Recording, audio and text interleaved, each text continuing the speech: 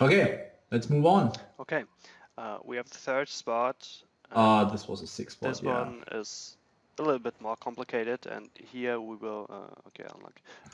Here we will show you how to calculate the spot in depth. Maybe it was now this was a hand played on Party Poker. This is a Can hand. you just can you just explain to the people how Party Poker is displaying the bounties in the lobby and also on the table? Actually, I think Party Poker is not displaying the bounties in the lobby, and it's only displaying the bounties at the table. And at the table, you see the full bounty. So if you are starting in a bounty 500 tournament, then it will display $250 on each head of the player. And then it counts knockout if you are knocking out a player, but you win $125 in a PKO. You're Yeah. not winning those $250.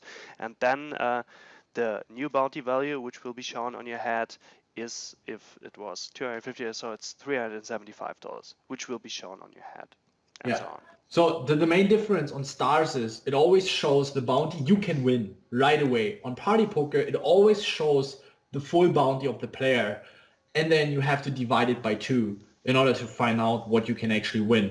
The cool thing about Party is for our Excel sheet is you just take you see right away what is uh, the the amount of bounties or bounty what the player actually has. So if it's a bounty builder or bounty tournament, $500 bounty tournament, and it displays 250, you know this guy has just one bounty. He hasn't won any bounties. But if it displays 375, he has 1.5 starting bounties. If it displays 1000, the guy has 4 starting bounties, which will be then more important for later stages when the stack size are going to be 500,000 chips, 1 million chips, and so on and so forth. All right, so we have jacks here. The under the gun player open raises, a player flats. We have 3-betting, and the big blind forward jams. Those two are folding, and now the first question to Ben is, would you call jacks in this spot on a freeze out?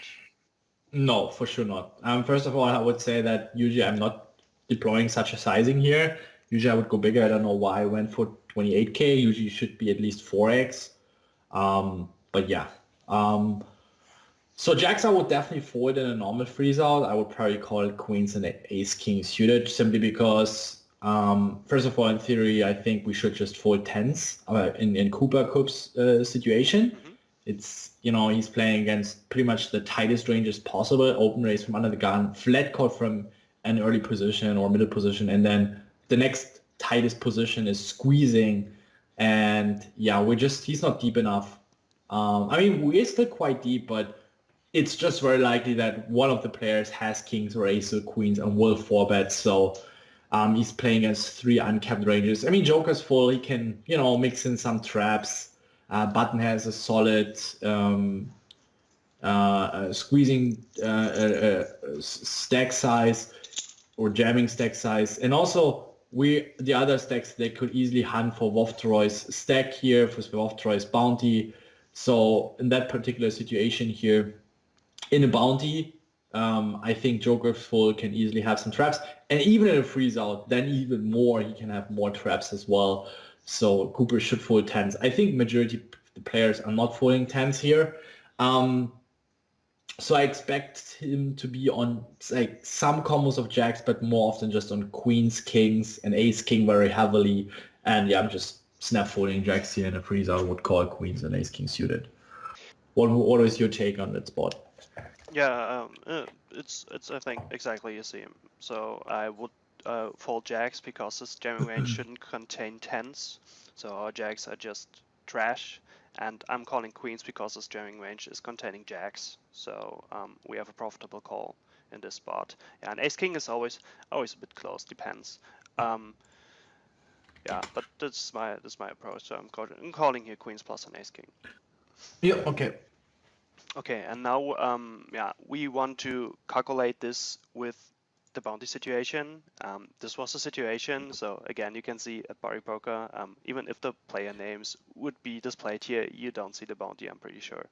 And You have a tab here on the top right, KO info, but I think it's just ah, Okay, this is Yeah, pretty new yeah. to me. Okay, this is yeah. I don't But want I to play a think party. it's Maybe it. it's possible.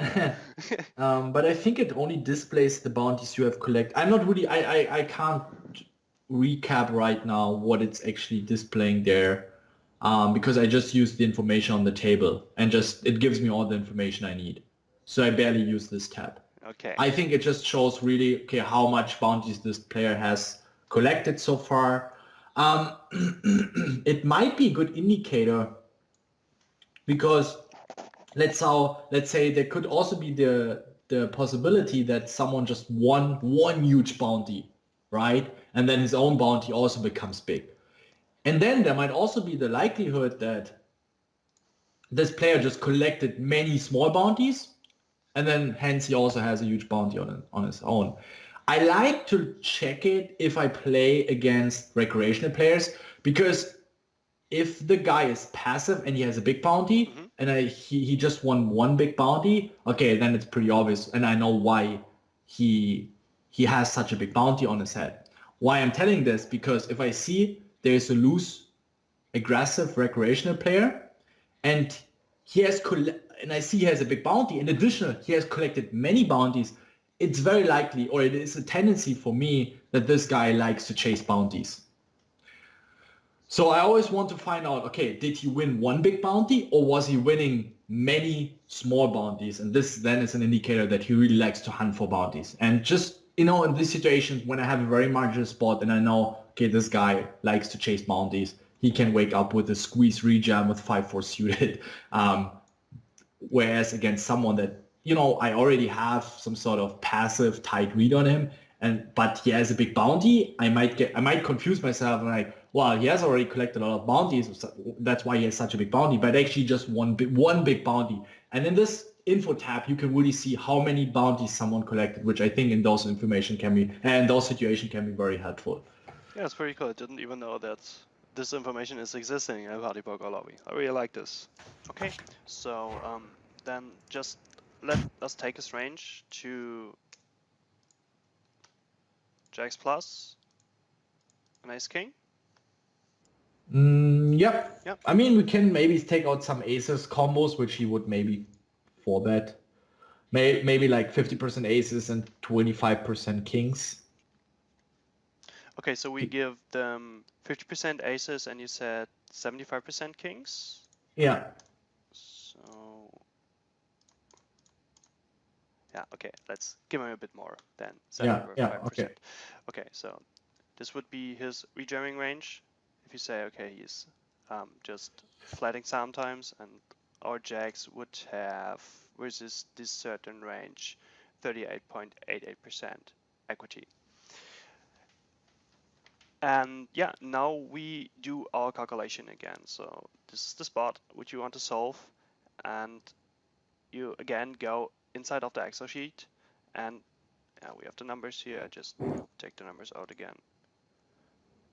Okay, so the first information which you take is the information which you snip out from a lobby. So there's 100,000 starting stack. You put this in. Second of all, you put in the big blind and the small blind and the ante. So you have in this spot 1,750, 3,500, 1,750, and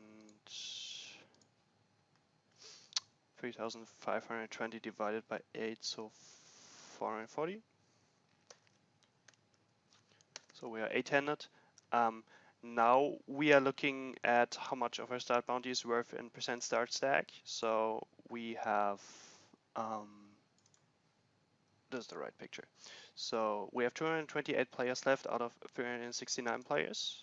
We just shortly calculate how much of percent field is left. So 61.7% or 61.8% of the field is left.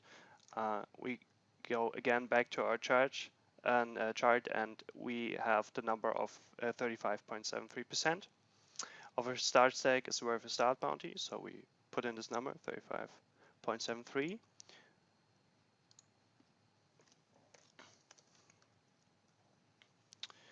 Then again, we take the rejam size, so his jamming size is total jam 225,422, 442.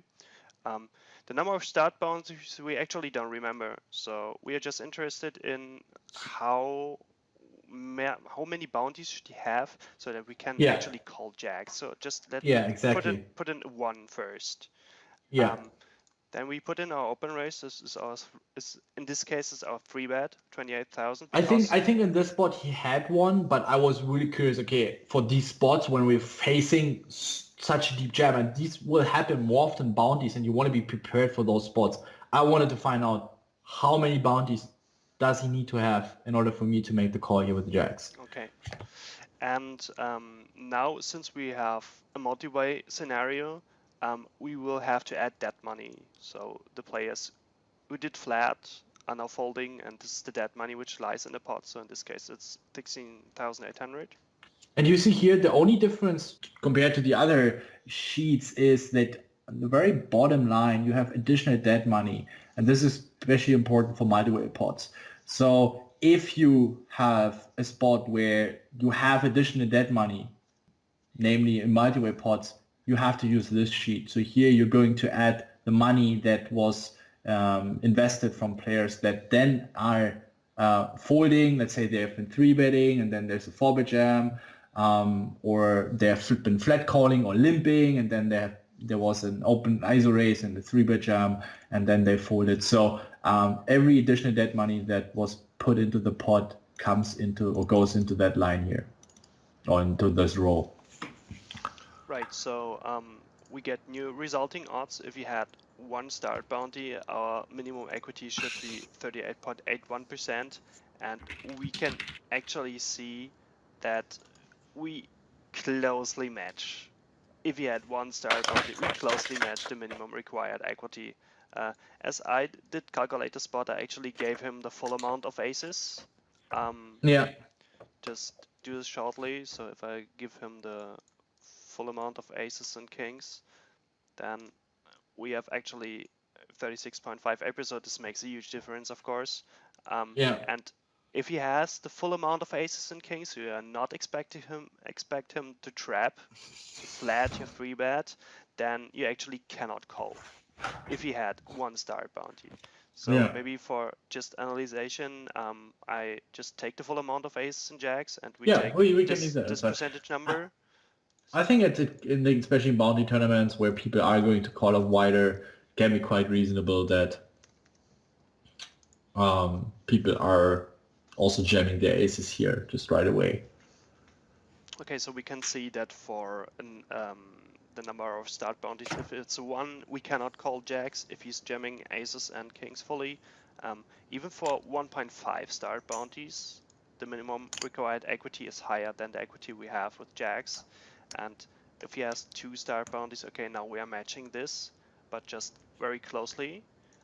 Yeah, If he had 2.5 start bounties to win, then we actually have a clear call. If he had like 3 start bounties to win, okay, it's getting better and better. So yeah, we have to call Jack. So in the case that he has 2 start bounties, I actually calculated the EV in big blinds, which was, I just write the number here. So we win 0.47 big blinds if he had 2 start bounties and we are calling with jacks. If he had 2.5 start bounties, we are winning 2.34 big blinds, and if he had 3 start bounties, we are winning 4.2 big blinds. Okay, this is just for the next discussion, so remember those yeah. numbers.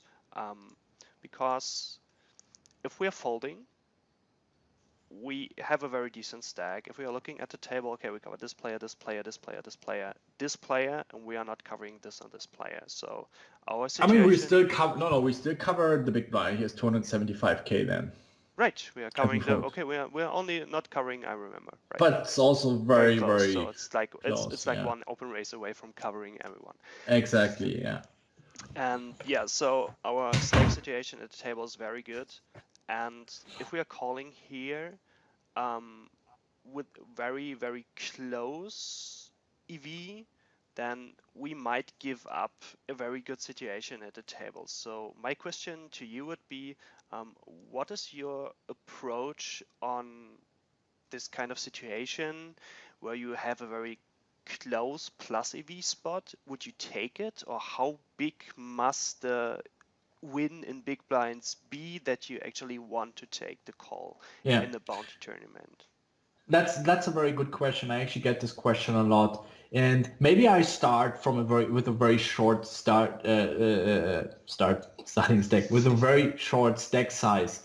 We've been talking so much about starting bounties today that I don't know, I have this word in my mind so much.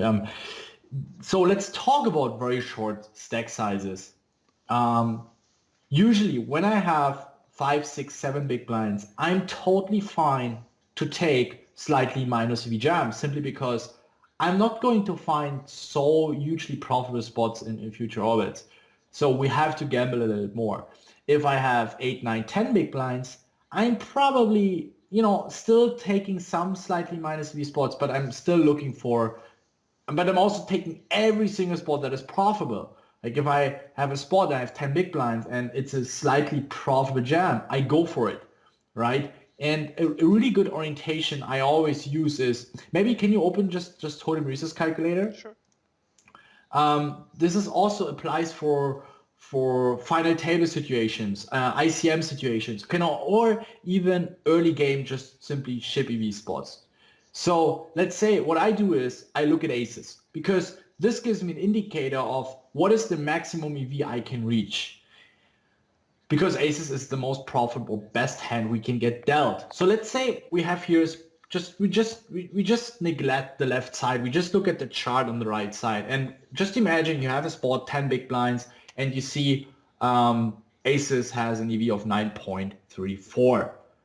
And with 10 big blinds, as I said, I'm willing to take every single spot that is profitable. So I would also jam ace 9 suited. Let's say I have 15 big blinds. That I'm still in a more comfortable situation. So I actually want to avoid those very marginal spots. As a rule of thumb, I can't give you an exact mathematical breakdown here, but I'm aiming somewhere between just taking those spots that have at least the like 5 to 10% of aces. So in that particular situation, it would be everything that is somewhere around 0.9 and better, or somewhere between 0.45 and 0.9. So yeah, King Jack suited, Queen Jack suited, I'm probably leaning more towards skipping that in this spot. I mean, this range is very tight anyway, so just really don't focus on that range. It's just about giving you the numbers. You can have a similar situation with where you were supposed to jam a 60% range, and then we want to find out whether we jam 10-6 suited or we fold 10-6 suited. But just we have some numbers here in front of us. I do then the same with 20 big blinds where I really want to have the at least 10% of DV of aces. 25%, around 15%. That just gives me something I can hold on to in order to find out, okay, what are the spots I'm willing to take? Of course, the better you are, the more you're inclined to skip marginal spots in general. But as a rule of thumb, the shorter you get, the more you are supposed to take marginal spots. The deeper you are, the more you really want to take those very profitable spots, simply because the deeper you are, the more opportunities you are going to have in future. For 200 big blind spots, 150 or 100 big blind spots, you're going to have so many good opportunities in future spots. So here in that spot, we have with jacks, it should be now, like since you have heard my analysis, I will find so many spots where I will make calls or pushes or raises that have an EV of 5, 6, 7, 8, 9, 10 big blinds. Why the fuck should I call it off here with 0.47 big blinds? Doesn't really make any sense. If I would be 10 big blinds short, yes, I would happily do that. But here, no, of course not. So in even what was the next one with 2.3 two, big blinds. that's already a bit closer. I mean, I can't make a whole estimation here. What is the max EV I'm going to reach on average?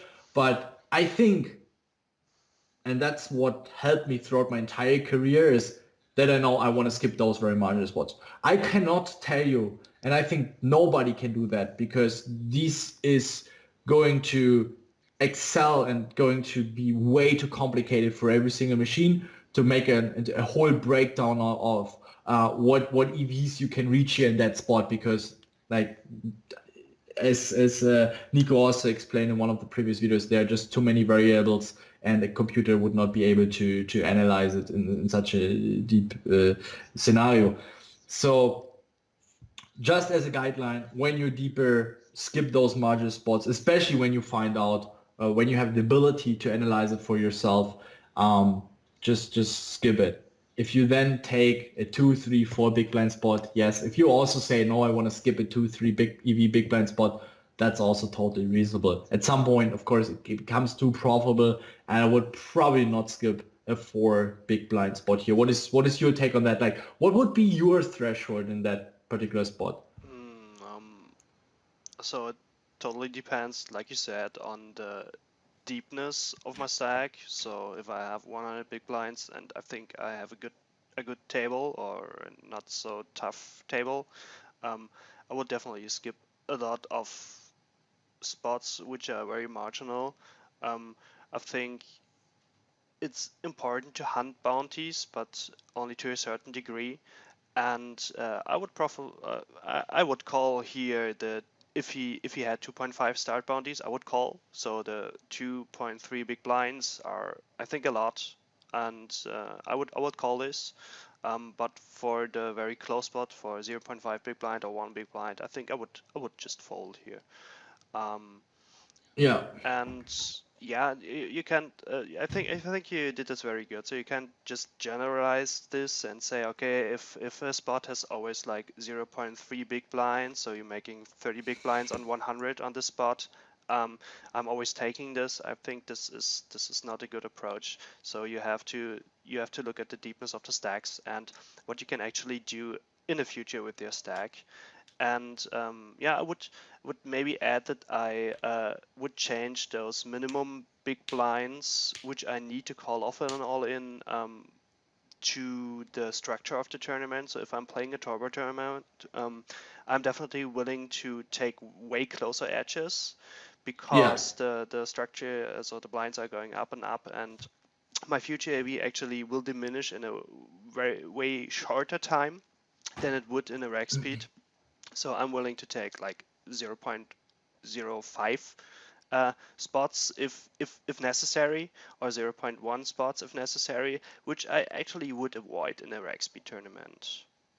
That's why I put a range of EV for myself as requirement in order to make a play. So I'm not saying if I have 10 big blinds, I take everything that is has the 5% of DV of aces. No, I'm saying okay, with 50 big blinds, somewhere between 5 and 10%, because if it's a reg speed, I want to skip more margin spots than a normal. Also depending on your table position, right? Or your table lineup. The softer it is, the more you can wait for better spots, and the tougher it is, you're more inclined also to take more marginal spots. So this is something where you cannot ask for, hey Ben, like is there a tool where I can be? Actually, sometimes I get these questions, which of course I understand because we want to get the perfect analysis and the perfect result that tells us what to do. But very often in poker, you just have to rely on your experience, on your knowledge, what you have. And along the way, it will improve and you will make better decisions. Also here for bounty tournaments, if you make the, again, as Nico just mentioned, he would do call with 2BB. I'm more inclined to skip it. But I think that's not the point here. And this is also not the game changer. If you apply that knowledge, what we're teaching here, you're ahead of 99% of the competitors. Yet there's still so much left in the dark. I mean, it's just not possible to solve everything. But keep in mind, your competitors aren't either. But you have them so much ahead. Your edge is going to be so high. If you constantly skip those spots, 0.4 BB, those break-even spots with deeper stack size, this is going to push your win rate a lot. If it happens here once in a while, and it will happen because you won't be able to solve every single spot properly in game, and you can just rely on your on your practice, on the experience, and practicing it over and over again, and at some point you will see certain patterns and you will recognize those spots, then you will be able to skip those spots more often than your competitors. And that's totally enough. It's not about playing the perfect game. And I'm stressing that over and over again because I feel like people are constantly chasing for that perfect game. You will do mistakes, but in poker, it's just about making less mistakes than your competitor. So you don't need to overcomplicate every single spot. And if you really apply what we're teaching here, those spots, and analyzing those and finding out what you're supposed to call in certain spots, you're going to crush, you're literally going to crush bounty tournaments in these days. All right, a little speech here, a little rant. Little round of speech here. I like it. Yeah. How about we go to the next? I think we have one more spot, right? I think we are actually, so we have more spots, but I think we're actually done for today for the video. I think we have now like Okay. 1 hour Yeah. and something. Yeah. And yeah, the next time we will have, I think, 2 more spots, which are a bit more complicated. And yeah, then we will Okay. see where we're heading from there on. So yeah. Great. Yeah, let's put it into the next video. I also think, as you have seen, I mean, I did, not Nico, but I also confounded sometimes the amount of bounties, blah, blah, blah. It will also happen to you. If you get stuck at some point with the sheets, guys, just take a break, go out for work, get a coffee or whatever, come back, and then you will see the mistake. So you really need to be a little bit focused and concentrated to put in the right numbers, the stack sizes, the bounties. It needs some amount of or focus and concentration. So you really put in the numbers properly so you get the right result. And then I think you will be able to really push your bounty game to next level. And then we see you guys in the next video, and it will also be the last video, the last practical video for the bounty course. Yeah, this will be fun. A lot of free betting stuff, and what will be the minimum combo for our profitable free bet. And yeah, that's a bit more complicated, but it's very interesting stuff. And yeah, I think you will enjoy it. So yeah, see you in the next video. Bye bye. See you in the next video. Bye.